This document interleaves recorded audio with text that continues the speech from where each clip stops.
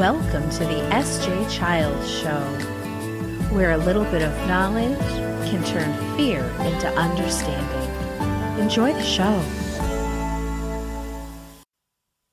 Thank you so much for joining the S.J. Childs Show.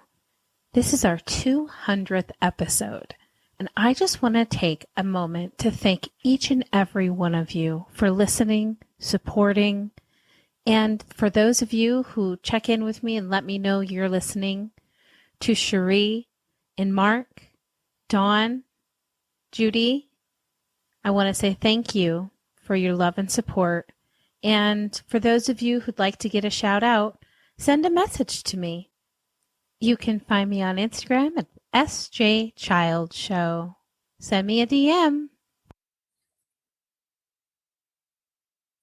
Hi, welcome to the S.J. Child Show. Today, I am really excited to get into this conversation with Rebecca Linney. And I met Rebecca through a podcast site for finding guests, and her profile just really stuck out to me. And, you know, I love when you can make connections in this medium, because obviously it'd be great to do it in person, but I'm sure that you're somewhere on another state. And so now we get to meet like this, and it's wonderful. Pacific, right? You're on the West Coast? Yes, San Diego. Oh, wonderful. I'm in Salt Lake City. So not too far away. Not far at all. Yeah, that's fantastic. I bet are you having a lot of rain right now? How's your... Yes, a lot of rain, looking for some kind of credit on our property taxes, because that is not what we signed up for in San Diego. Oh, yes. But it's good. We need it. So it's that fine line between where you need it and we welcome it, and then being completely over it and wanting to move on. So. Exactly. Oh my gosh. We have snow. Well, the snow is melted, but I have the same thing here for the snow, right? It's like, okay, I'm over this. Right. Except I do live in Utah, so suck it up. You kind of signed up for that. Exactly, right? Signed up for it. I was a lot younger. I really should have realized what I was getting myself into. No, just kidding. Well, it's great to have you here today. And let's just start from the beginning. Give us an introduction. Tell us a little bit about yourself and what brought you here. Sure. I am, I've lived in San Diego since I was about 5. So I'm not a native, but I'm about as close as you get to one, because we have quite a big military presence in San Diego. There aren't many natives, so I don't feel like a fish out of water. But, I did the whole went away to college thing, came back, did the whole downtown living thing. So now I just live a little bit north of downtown San Diego, up in North County, a city called Carlsbad, and I love it. And I live here with my husband and my son, who is now almost 10 years old, and became what I like to call an accidental author a few years ago when I had my first children's book published. So yeah, that's fantastic. How you and I connected. Sure. Yeah. And I, the same way, am an accidental author, wrote a book to try to help the kids in my neighborhood understand my children that were neurodiverse, and give them kind of a heads up as far as kids being compassionate to them and understanding. And it's in that you find, wow, this is value. And we have value here, folks. And we're, bringing it and want to share it with others and help our communities grow. Tell us about your book and how that kind of changed for you, as far as not just writing, something for yourself, but really knowing it was going to change everyone. Sure. So my book's called The Growing Bed. It's a children's fiction book. However, it is based 100% on the reality that our family went through for about 4 years, when my son would not sleep. He would not sleep anywhere except for where mom and dad were. So he would just sleep in our bed. And obviously, regardless of your views on co-sleeping and things like that, when children are little, as they get older, it's just not good for anybody. From a developmental and a resting point of view, it gives us all the good feelings. Don't get me wrong. Who doesn't love cuddling with the kids? Yeah. But at the end of the night, they need to sleep in their own bed so that they can grow and rest and recharge. And so that us as parents can do the same thing. Healthy sleep. Yeah. Exactly. So that concept, combined with the fact that my son is a little smaller than the average bear. There's nothing wrong with him. He's what I like to call IKEA size. He still is, even at almost 10. he was struggling with not being able to do a lot of things that a lot of his friends could do. He was still um in a like one of those 5-point harness car seats instead of a booster seat. He couldn't ride the roller coasters or the water slides or things that his friends his age or even younger were able to do, and he couldn't put two and two together.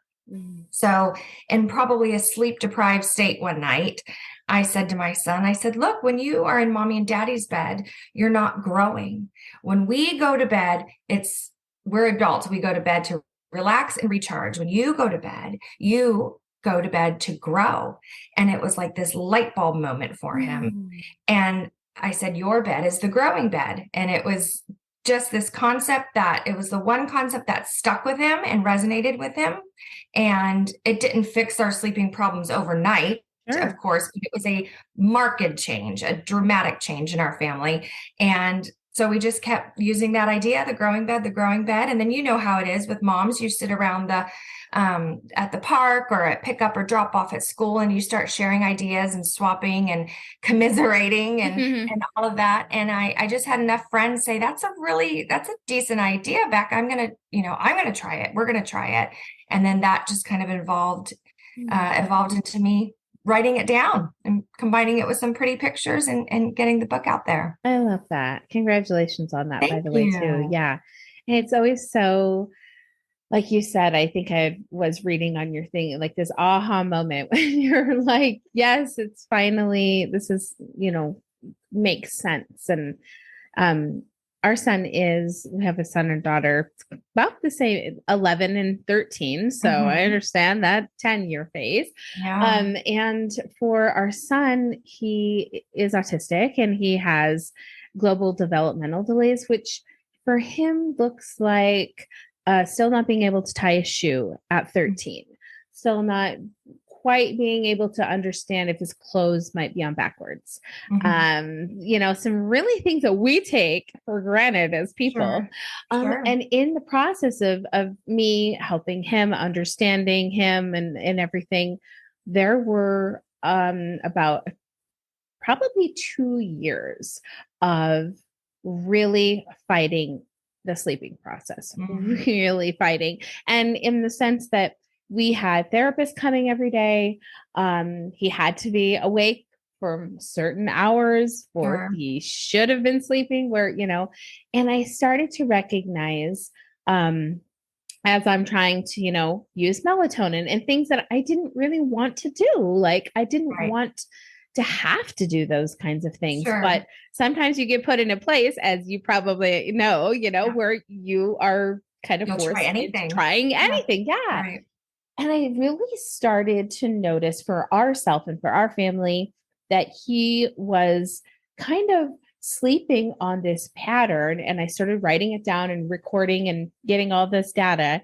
And it started fitting the moon phases. And I started looking at the moon phases and looking at like his somatic behavior matched with the time of all of the chemical effects. And I looked into the chemical effects of the brain. And I, just did all of this research on kind of the moon phases. And I started matching it up. And I was like, bam, this is where he's at. I am not forcing him to sleep. He sleeps 2 weeks in the night, 2 weeks in the day. It's happened for now the last 5 years at least. Wow. And he's so healthy now. Just like you said, like I had to follow his biological needs. It's not about what I think is the best time for him. Just like it's about his needs and what's best for him and for your child. Like like you said, it's that growing process that he needed so badly for himself to be able to get that proper rest and that good sleep. And we take advantage of sleep as adults. Like we don't look at it as something maybe we do. It's so necessary as we know it is for our kids. We know we know they have to sleep. Like we don't want delirious kids running around. They already don't know how to make the great decisions. We don't want them delirious and really confused about their decisions. Right. But in that as well as I can definitely say the physiological effects of the weariness or the just the lack of attention, being able to focus, all of the things that would happen when I would force sleep on Sure. him to do these societal hours of sleeping. And then I finally was like, no, giving it up, society, Right. sorry, this is the Bradford home, stay out or come in, do our rules. Right. Right. So, and you really have to just give yourself grace as a mom and Oh as a gosh, parent sometimes in doing, don't we? yeah, Yeah, but it was great that you recognized that what was quote unquote the right thing as far as a sleep schedule was not working for not just your family, but for and you have two children. So what one worked for one child didn't work for the other child. exactly. And it's hard for us, I think, as parents to let go of that. Well, it's not supposed to be this way, right? It's Yes. supposed to be, or Sally's kid does this and Tommy's kid does that. Why is my kid not doing that? You Yeah. know? And you really leaned into following however unique that sounds, that his sleep schedule coordinated with the moon phases. Like, thank goodness you put two and two together, because I'm Yeah. sure in your house it was a game changer as well. Game changer. I mean, it helped with diet changes with, and not diet changes, but just with his overall like eating Better food just choices, right? everything. Yeah. And water is his only intake. So thank goodness on that one. That's been the blessing. Also in the process, I was able to see my husband was undiagnosed for years. He had an ADHD and a dyslexia diagnosis as a child, but I realized when he was about 38 that he was on the spectrum, and I brought it to him and I was like, hey, guess what? I have this information for you. Yeah. His sleep cycles, the same thing. These crazy, like 6 hours of sleep, 16 hours awake, or whatever it was, Sure. but it was always like random times of day, and I've been with him for 20 years. Like I've been watching this guy sleep. Okay. I know. And why was it okay that he could sleep whenever and had all this independence to do all this? But we Sure. require all these rules for our kids to follow. Mm. They're going to be adults someday. They're going to make their own rules and decide. So give them the guidance now to find out what that looks like for them in making their own independent rules. Right. Then they'll be comfortable making them for themselves in the future, and they won't feel like, I don't know how to make a decision. My mom didn't tell me what I should do today. So, and really fostering that independence. And that's what your son is getting in growing in his own way, is that independence too. And I'm sure that he started to feel that in the process. Sure. And like, like I said, it didn't change his sleep behavior overnight, but it did make a very significant change, and it instilled habits that we still use to this day. I mean, he's almost 10 now, so he is a good sleeper, but this was a concept we could take with us anywhere. When we went on a vacation and we were in a hotel, the first thing we would do when we walked into a hotel room is we'd look at the two beds and we'd say, okay, buddy, which one is the growing bed? And he would pick which of those two was the growing bed. So my husband and I were like, yes, all right, that's the bed he's going to sleep in tonight. Yes. And we still do that today at almost 10 years old. The concept would go when he went to grandma's house, he would, set his growing bed up, and there's a little part of the book that shows how you can activate or turn any bed into a growing bed. So I won't give that away. Please. Welcome to show the cover or anything. But it's just a concept. It's one of those tools that we can add to our parenting tool belt, like you touched on before. We've all been so tired, we would have done anything. If you had told me to bathe my kid in a pool of Jello and he would sleep through the night, I would have said, what flavor, what color? I'm in, I'll do it. Yeah. You just get so desperate. And I just, this was something that worked for us. It might not work for every family, but there's no solution to any problem that works for everybody across the board, is there? No. And that's what we love about getting all these different bits of information and resources and keys, because I've never, heard the term growing bed. I love that. I love that idea, and that freedom it gives that child to be excited. And in that excitement comes a lot of self-empowerment and that curiosity to well, let's see, how much am I going to grow? And maybe even putting like a growth chart next to the bed or Sure. something you Yeah. can measure and things. I bet that would probably be exciting for kids to do. But yeah, that's really, it makes a big difference when we encourage, positive patterns and behaviors rather than um, fighting against them, right? Because I think a lot of times parents don't, and newer parents possibly Mhm, don't mhm. understand that having all the control and making all the decisions, it isn't doing your child like the justice they deserve in Right. humanity, the dignity they deserve, and really giving up that control and that idea that you have to make all the decisions and asking them what they know, Mhm. finding out where they're at. Like Sure. that's how they make you make connections with them, you foster and nurture relationships, and then you're able to guide them and remind them like which bed are you going to choose, and they're apt to be more trusting in that Sure. you're looking out for their best interests and not Right. just Right. your own selfish, Right. whatever. And I think too, a side lesson, if you will, kind of a bonus lesson that our family learned and that my son learned was that his actions have consequences and have effects on other people. For example, when he would sleep with us the whole night and he wouldn't be willing to go into his bed, mommy and daddy didn't get to sleep well. And that made us sad and that made us tired. And I don't think there's a little kid in the world that wants to make mommy and daddy sad or wants to make Yeah. mommy and daddy tired. So it almost is a lesson in empathy at Yeah. the same time. It was like a slipped in secret message, on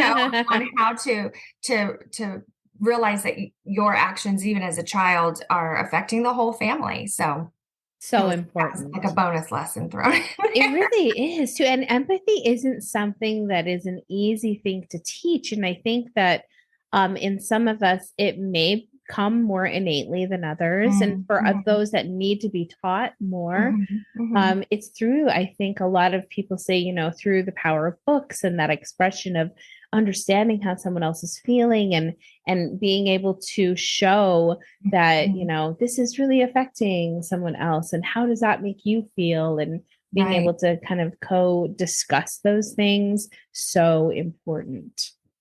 Yeah. Definitely. Oh my I gosh. I had one friend who was like, "Well, when you write a book, everyone all of a sudden is like, I want to write a book, and I have a good idea for a book too." And so I had a couple conversations, and one conversation was with a friend. She's like, "Oh, I want to write a cookbook, but there's so many cookbooks out there." I said, "Well, there are so many children's books out there, especially ones that deal with sleep from like actual doctors. I'm not an actual doctor, like I don't like the phrase I'm just a mom, but I'm a mom who wrote a book about sleeping, Creative mom, and yeah, exactly. and it goes to show that there's so many different ways to approach a problem, approach an issue, so many ways to solve it, and to really just trust your gut too as a parent, and to kind of run with whatever idea works for you and your family without any fear of being criticized by other people. Because Mhm. again, it might not work for everybody, but it worked for us. So it's gonna work for someone else. I Yeah. guarantee Oh, it. I agree. I remember the looks that the therapist gave me when I was like, this is the moon schedule. Do you see what I'm talking about? And she was Mhm. just like, you are on the moon, Sarah. Yeah. I was like, believe You're like, me, well, then trust it me. This really is. Yeah, right, right. I should have said that.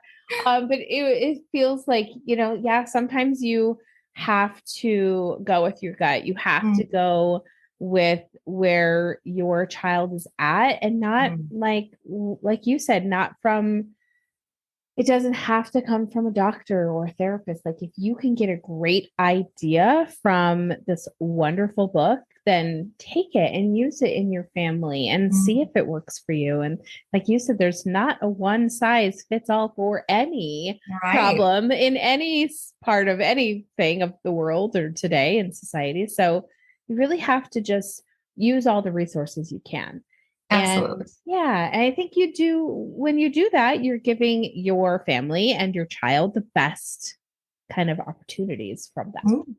It teaches everyone, not just the kids, to not be afraid to think outside the box, to not be afraid to try something. If you try it and it works, splendid. If you try and it doesn't work, then you move on to the next thing you want to try to solve whatever obstacle is in front of you. So, Exactly. it gives you that faith to be more versatile and experimental. And as long as you're moving towards the same goal, then just keep moving towards that goal. Absolutely. And how has your son, how has it been for him? How does he enjoy the book and feel it's He gets exciting? a kick out of the fact that he's a part of a book. His school has been very supportive. They put it in the library, so it's got Oh, great. kids can check it out, which to me is one of the most special things that's happened Oh, because yeah. it'll be there in his school library forever. Yeah. But he gets quite a kick out of it. Now that he's a little older, he's like, oh, I don't do that anymore. And I'm like, you would sleep in my bed every single night if I let you. Let's not pretend you wouldn't. Oh, But he gets a really big kick out of it. I love that. What's next on the horizon? Any ideas coming up? What are you working on next? It's funny you say that because I'm what I call an accidental author. I never set out to be one. It just kind of happened, and I'm so happy it did. But you know how when you're dating someone for a long time, everyone starts saying, well, when are you getting married? And then you get married, and then it's like, well, when are you going to have a baby? And then you have a baby, and then it's like, well, when are you going to have your second baby? So it turns out when you write a book, people start People want to asking, know. what's the next book? I'm like, let me have fun with this one. But that being said, I do have a couple other things that again have worked in the past for our family or are currently working for our family. And it's just a different, as awful as expression is, it's just a different way to skin a cat. And so it's, it could work. Right now, my son really, really, really wants a dog so bad. Oh. So I came up with this idea to incent him to have a dog, knowing that my husband and I don't want a dog right now, because let's be honest, who would be taking care of the dog? Mostly us. So exactly. 4 dogs later. Oh, oh my gosh. So we came up with this incentive program for him to say, if you do X, Y, and Z, then we'll talk about getting a dog. And he's never gotten past X. Yeah. So we're doing okay from from my point of view. It looks like we're not getting a dog anytime soon. And a few people have said, well, that should be your next book, Rebecca. That's it. And I could see it, but I'm really enjoying this book right now, and promoting this book and spreading the word on this book and doing readings and signings and things like that. So I'm not in a hurry to do another one, but you never say never. And you're doing readings and signings and things like that. Do you have a website we can go and find out where we can sign up for those things? Sure, absolutely. Thegrowingbed.com is my website. And that's where you can go if you want me to sign a copy to anyone personally. I write a little note in there and I can sign it to, Susie or Johnny or whomever. But if you don't want it personalized, or if you want it in 2 days, we all know where you could go to do that. Amazon, but also, Walmart, Target, Barnes and Noble, anywhere you get your books these days, it is available. And any social media or anything? Do you want to? I am a bit old school. I don't do, actually, I guess I'm not old school. I don't do Facebook. I don't get it. It's just, it's a poison I'm not willing to take right now, but I am on Instagram at The Growing Bed. Okay, fantastic. Well, we'll make sure to go and follow you and support you. And I really appreciate your time today and the, creative, really valuable idea that you're sharing with the world and the community. Well, so thank you. Yeah. I think the one thing as adults are always willing to sacrifice is sleep, whether we have to stay up late to do another load of laundry or stay up late to binge a show or get up early to, put finishing touches on school projects or whatever. We always seem to sacrifice sleep, and we need it just as much as the kids, if not more, because we need to be fully there for them. Game. Yeah. I love that. I love that. Thank you so much for being my guest today. I hope that, my pleasure. We can stay in touch, and I look forward to supporting you. Terrific. Thank you.